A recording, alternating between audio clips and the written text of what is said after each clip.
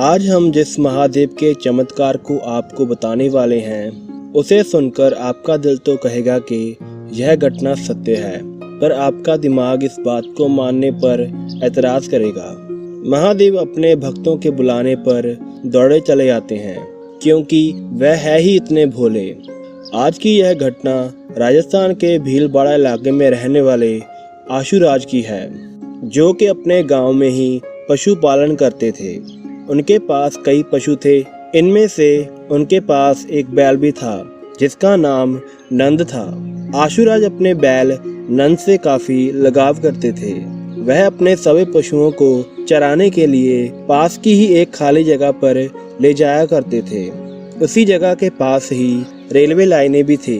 यहाँ पर दिन भर न जाने कितनी ही रेलगाड़ियाँ आती जाती रहती थी। हर रोज की तरह आशुराज अपने पशुओं को चराने के लिए उस जगह पर पहुंचे। उनके पास इतने पशु थे कि वह सभी पर एक साथ ध्यान नहीं दे सकते थे।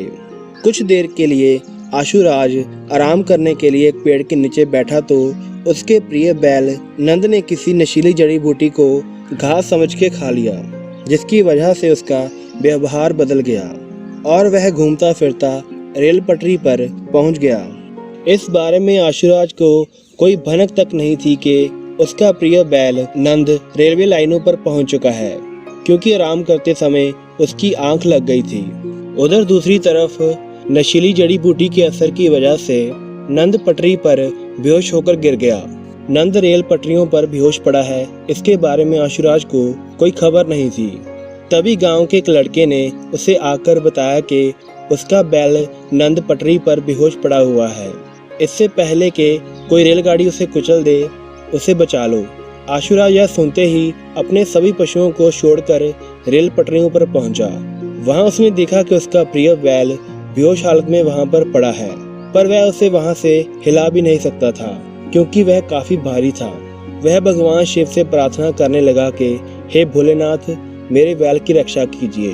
कोई और गाँव वाला भी उसकी मदद करने के लिए आगे नहीं आ रहा था, क्योंकि सभी डर रहे थे। तभी आशुराज को ट्रेन के हॉर्न की आवाज सुनाई दी। उन्होंने ट्रेन को नजदीक आते हुए देखा। वो हावड़ा एक्सप्रेस थी, जो कि किसी के कहने पर भी नहीं रुकती थी। रेलगाड़ी पास आ रही थी।